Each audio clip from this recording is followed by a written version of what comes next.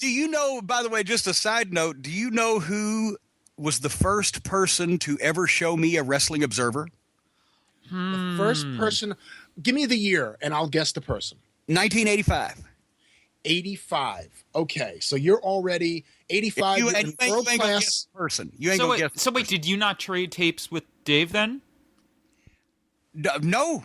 Okay. I had not met or become aware of Dave, and it was late 85. It was fall 85. Okay, so because at first I was going to say Bill Watts, but you weren't working for him then. You're in Crockett by that point. Late 85, you're with Crockett.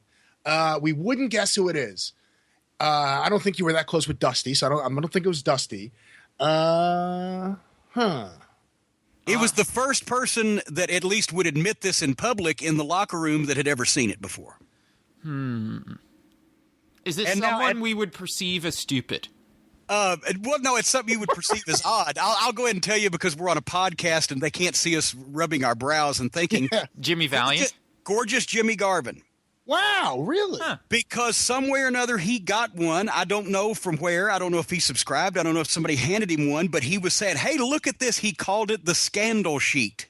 It wasn't a dirt sheet. It was It was the scandal sheet.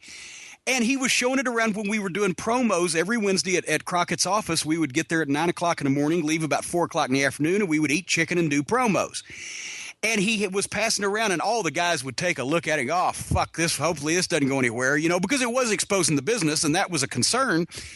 But when I read, because I read anything to do with wrestling, and I read a little bit of it, and I said, well, the thing is, this guy actually knows what the fuck he's talking about. and I had to see more, and then I wrote and subscribed and bought the back issues and Under your name? Well, yeah. Okay. What the fuck? Like, I'm gonna, hi, my name's, fucking. Well, you always hear that Howard Finkel subscribed under his wife's name. Well, Fink, I guess, he was doing, because he would do the Finkel report every morning for Vince. He would get to the office at like 5 a.m. and he would either transcribe the hotlines or he'd read the sheets, or then later on when the internet came about, and he would put anything that he thought that Vince and his office should know in the Finkel report. Sometimes it was a page, sometimes it was 10 pages. I actually have one of those from the Ultimate Warrior lawsuit. Well, there you go. I've got a bunch of them except some that fax paper, the slick fax paper you used to use back in the 90s. Sometimes the ink just completely fades off that thing. Yeah. But anyway, but originally, yes, that's where I first saw the Observer, and I was struck immediately by the fact that it wouldn't be good for the business if the regular people saw this, but shit, the guy actually knows what he's talking about, and if he gave a review of something, more often than not, it reflected the way I thought about something. So, that's where I started with that. But the scandal sheet. You mentioned Jimmy Garvin, and Jimmy Garvin's a guy I find really entertaining from his Dallas run up until when he turned babyface. Up until he became a free bird. Well, then he becomes a free bird, and then he becomes unwatchable. What happened? Is it as simple as him teaming with Michael Hayes, or he probably because Hayes filled his fucking head full that they were going to be as big as him and Gordy and Buddy were, and it just wasn't going to fucking happen. But no, I love Jimmy Garvin even back in the days when he was a manager of Ron and Terry. I saw him in the early 70s when he was 18 years old and skinny and bleach blonde. I liked him as a wrestler. I thought he had a good gimmick. Liked him and Precious. We were friends, actually. A lot of times me and Bobby and Dennis, or Bobby and Stan would rent cars with him and Precious, because they were the only ones as cheap as we were. When the Horsemen were out there renting the Lincoln Town cars or getting limousines, we were getting the smallest compact car that we could for the day in Atlanta to go to TV from the airport and back, and pizza in the room or whatever. And, there were, as a matter of fact, my wife at the time, back in the 80s, and their kid's nanny were friends, and we were over at the house a few times. But suddenly, when Jimmy got that fucking spot with Michael Hayes and became a free bird, he got on the supplements because he was 5'9" and 205, and instead of being a chicken shit heel that had worked for him all his life, started trying to be this badass, and they didn't want to sell, and they didn't want to put anybody over, and they did, and blah, blah, blah, and he became just unbearable to be around, and I had a number of fucking issues with him, and have never thought the same of him to this day, because I didn't see why it had to be that way. But I've never been on those kinds of supplements, so I imagine if I was on those kind of supplements with my issues already. Right? That wouldn't be pretty. That wouldn't be fucking good. And then, for those who haven't read the Midnight Express scrapbook, which I guess you can't get at JimCornette.com anymore. Well, it is out of print, but it did have the story of when they actually tried that's to. What I was getting to. Yeah. Yeah, they tried to bow up and big dog Dr. Death Steve Williams in Boston.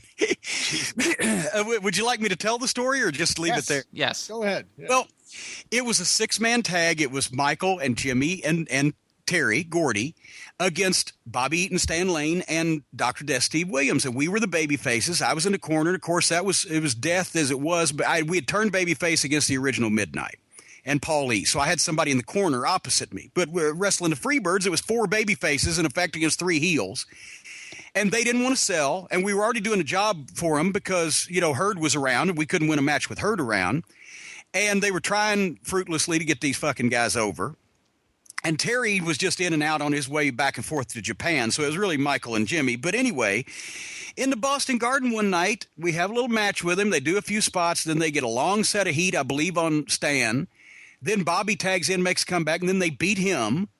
And then while we're selling afterwards, they wanted to jump on him and start beating him up some more. And Doc got a little fucking fed up and started trying to make a fucking comeback. And they weren't even going to sell for Dr. Death. So he took one of those old wooden chairs that they had in the Boston Garden, which was a complete shithole, by the way. I mean, holes in the wall big enough to throw a cat through in the locker room.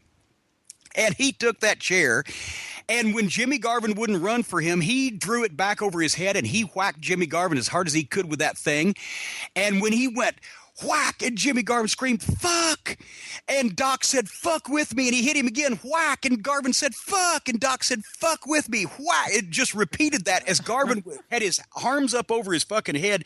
I don't know whether it was pieces of Jimmy Garvin or the chair that were flying, but he chipped bones at his elbow, he fucking cut his fucking forearms up, he dinged his fucking head, and they ran back to the fucking locker room, and here goes Doc, and well, here goes Bobby and Stan, and I'm following the team, right? And I figured this is going to be interesting. We get back there, and as soon as we got back there, I don't think Gordy wanted to fight because he knew it was horseshit. He was the only one that would, the only one that shouldn't sell for us is the only one that was, right?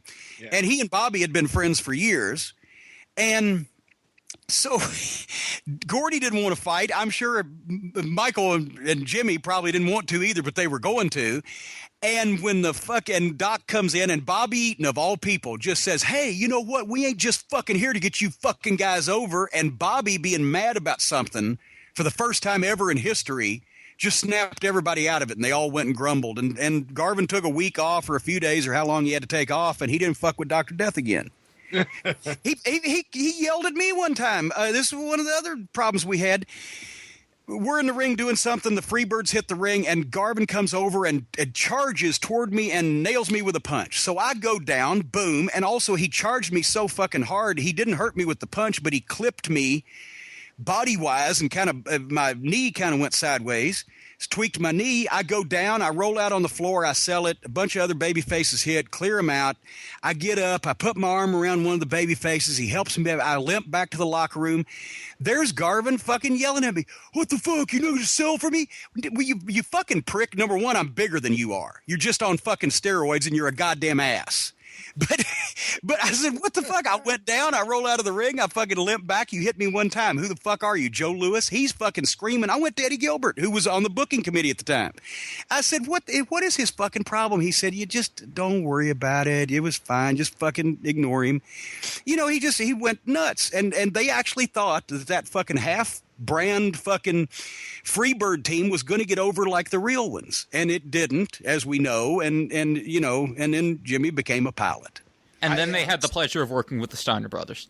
But, then the Steiners loved to fuck with them, too, because they were the shits. Steiners, we had great matches with them, and Rick and Scott liked working with the Midnight, but they'd never book us with them because they were paying Garvin and Hayes more money, so they wanted to book them with the top teams, and so Rick and Scott would take it out on them.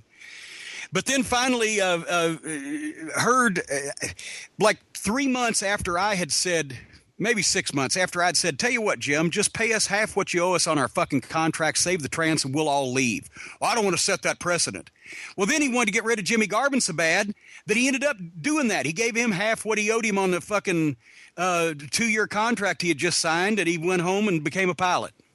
That's when he quit the business. So everybody was happy. I remember when I was 10 years old, I slept over at a friend's house, and this is 1990, and he was only a WWF fan. He never watched NWA, and I was watching both at a time. And I knew Friday night, late at night, maybe 10 o'clock, I said, you know what? Wrestling's on. Let's watch this. And he said, okay, I've never seen these guys. And the first thing that happens to be on the show are the Freebirds of Hayes and Garvin. Oh, boy. They come down to the ring, and they're doing a thing where they point at each other, and Michael Hayes is on the top rope pointing down at Jimmy, and Jimmy's thrusting and pointing at him. And I never forget my friend just exclaiming, he goes, they're gay! Not that there's anything wrong with that. No, it's just one of my lasting memories of that version of the Freebirds. I don't think the Freebirds were ever supposed to come off as gay lovers. I really don't. It wasn't what originally got them over. The one redeeming thing about the WCW Freebirds, when they would host the Pro with Lance Russell, that was absolutely tremendous television. I do remember that. That wasn't bad.